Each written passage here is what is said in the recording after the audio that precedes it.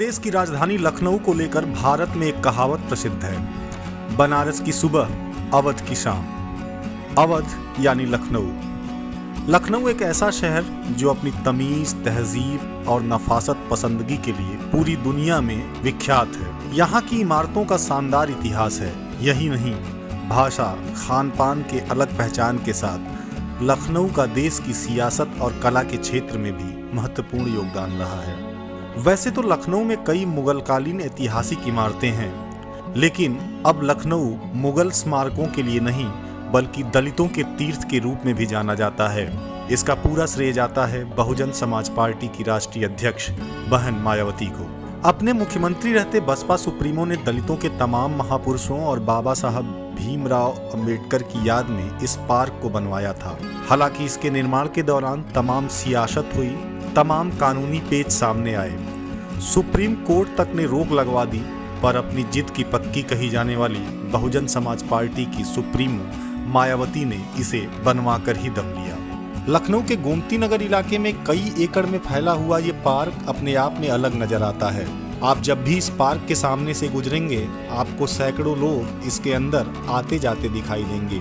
ये यहाँ सिर्फ घूमने ही नहीं बल्कि इसके अंदर लगे हुए दलित महापुरुषों की विशालकाय मूर्तियों को देखकर अपने गौरवशाली इतिहास पर गौरवान्वित होते हैं।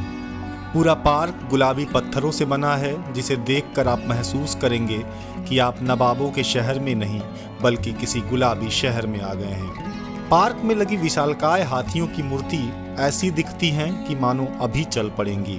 पार्क में ऐसी दर्जनों मूर्तियां लगी हैं जिनकी कीमत करोड़ों में बताई जाती है। पार्क के बीचों बीच जो गुंबद आप देख रहे हैं, इसके अंदर बाबा साहब भीमराव अंबेडकर की विशालकाय प्रतिमा लगी है, जिसे देखने के लिए लोग दूर दूर से आते हैं। पूरा पार्क कई एकड़ में फैला हुआ है, जो लखनऊ के गोमती नगर इलाके में है और गोमती नदी के किनारे बनाया गया है, जो इसकी खूबसूरती में चार चांद लगा देता है। इस पार्क के निर्माण में तमाम अड़चनें आई, लेकिन बसपा सुप्रीमो मायावती ने सभी अड़चनों को पार करते हुए इस पार्क का निर्माण करवाया था। अब कुछ और महत्वपूर्ण जानकारी आपको इस पार्क के बारे में देने जा रहे हैं, जो शायद आपको नहीं पता होगी। स्मारक की आधारशिला पहली बार सन 1995 में रखी गई थी। इसके पहले पार्क का नाम डॉक्टर भीमराव अंबेडकर उद्यान था। सन 2007 में पार्क के आगे नवीकरण और विकास किया गया। इसे शुरू में 14 मार्च 2008 को मुख्यमंत्री मायावती ने जनता के लिए खोल दिया था। पूरे स्मारक राजस्थान से लाए गए लाल बलुआ पत्थर का उपयोग करके बनाया गया है। यह भारत में सबसे बड़ी योजना बनाई आवासीय कॉलोनी गोमती नगर के पास इलाके में स्थित है। स्मारक की लागत का अनुमान 7 अरब रुपया है। इसका नाम अंबेडकर पार्क से भीमराव अंबेडकर स्मारक मई 2012 में रखा गया था। सन 2009 के बाद स्मारक एक कानूनी लड़ाई में शामिल किया गया। जून 2009 में सुप्रीम कोर्ट ने इस परियोजना पर और इमारत के खिलाफ रोक जारी की, जब तक कि इन खर्चों पर सवाल उठाते हुए PIL का निपटारा न किया जाए। शुरुआत में ही रखरखाव लागत को खारिज करने के बावजूद दिसंबर 2010 में उत्तर प्रदेश सरकार को पार्क का रखरखाव और पूरा करने की अनुमति प्राप्त हो गई। हालांकि 2015 तक मुकदमा चला।